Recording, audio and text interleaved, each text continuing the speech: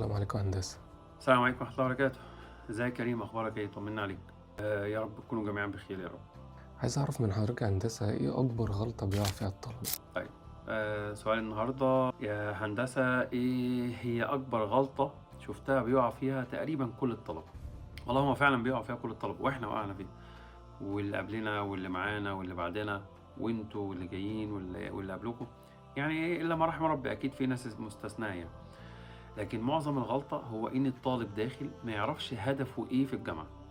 يا شباب، يا اخواتنا، يا اولادنا، يا حبايبنا، يا قرايبنا، يا جيراننا، يا كل الناس الشباب اللي بيشوفونا دلوقتي، انت هدفك المفروض يكون هدف واحد بس في الجامعة. انت اصلا اول ما بتروح الجامعة تروح تغير البطاقة الشخصية وتكتب الوظيفة طالب. عايز تكتب طالب بكلية الهندسة، طالب بكلية الطب، طالب بكلية الدراسات، طالب بكلية التربية، طالب بكلية التجارة. المهم ان انت هتروح تاخد ختم الجامعة ان انت وظيفتك طالب. انت فاهم يعني ايه وظيفة اصلا؟ وظيفة دي يعني هي دي كل اللي بتشغل بالك دلوقتي، هو ده مصدر رزقك دلوقتي. انت مش بتاخد منها فلوس، لكن هو ده ان شاء الله اللي هيكون سبب انك بعد كده تعمل فلوس. فوظيفتك طالب. طيب، ايه؟ لو يعني بص، خليك معايا ثانية بس. انت وظيفتك طالب. لو انت وظيفتك حاليا يعني مهندس مثلا او دكتور او مدرس او محاسب او ايا كان نوع الوظيفة او محامي او اي حاجة، ايه هيكون تركيزك ايه في الوظيفة؟ انت الطالب دلوقتي هيكون تركيزك ايه؟ بالظبط زي ما انت قلت بالظبط، كل تركيزي اني اشتغل كويس واني اترقى في شغلي علشان اعمل حاجة كويسة. كلام هو منطقي، ما فيهوش اي اختلاف، ما فيش اتنين مختلفين عليه. يبقى انت عايز تترقى وتعمل فلوس وتبقى شاطر في شغلك، طب ما نفس الكلام وانت طالب بقى، طبق الكلام ده على وانت طالب. انت محتاج تكون طالب شاطر في الجامعة، محتاج تركز في اللي انت بتاخده، محتاج تفهمه، محتاج تجيب تقدير. ما هو انت كل الكلام ده بالنسبة لي انا كراجل بقى شغال في شركة، عاوز اخدك امتحنك علشان اشغلك معايا في الشركة، ما اعرفش عنك حاجة غير التقدير. والله لو قعدت تحلف لي على مصحف كده جبته قدامي وقعدت تقول له اقسم بالله العظيم انا كنت شاطر وممتاز ومجتهد انا ماليش دعوة. يعني ليا دعوة في الاخر ان في شهادة.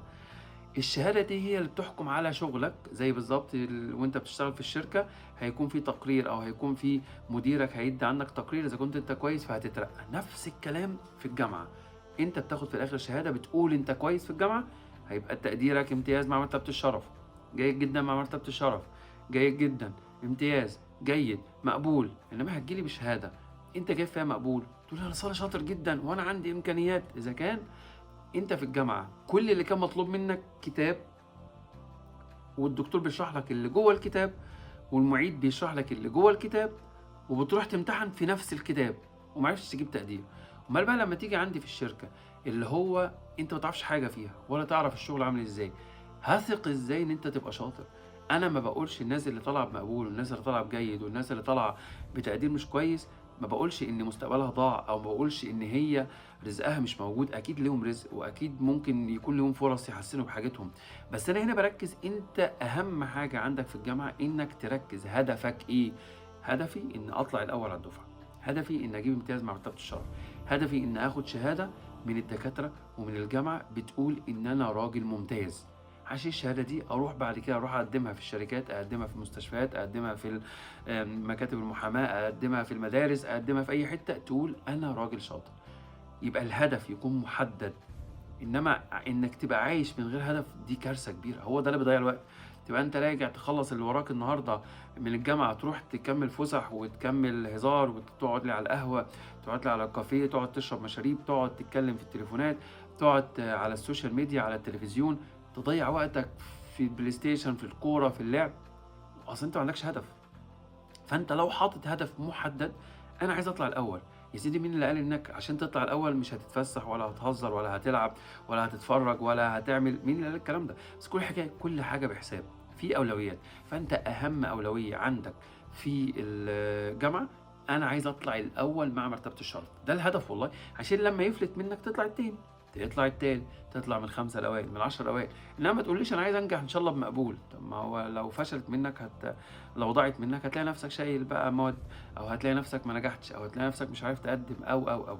فده الهدف اللي تحطوه، هو ده اللي يخلي قدامك كده طريق تعرف انت رايح فين عشان توصل لاخره.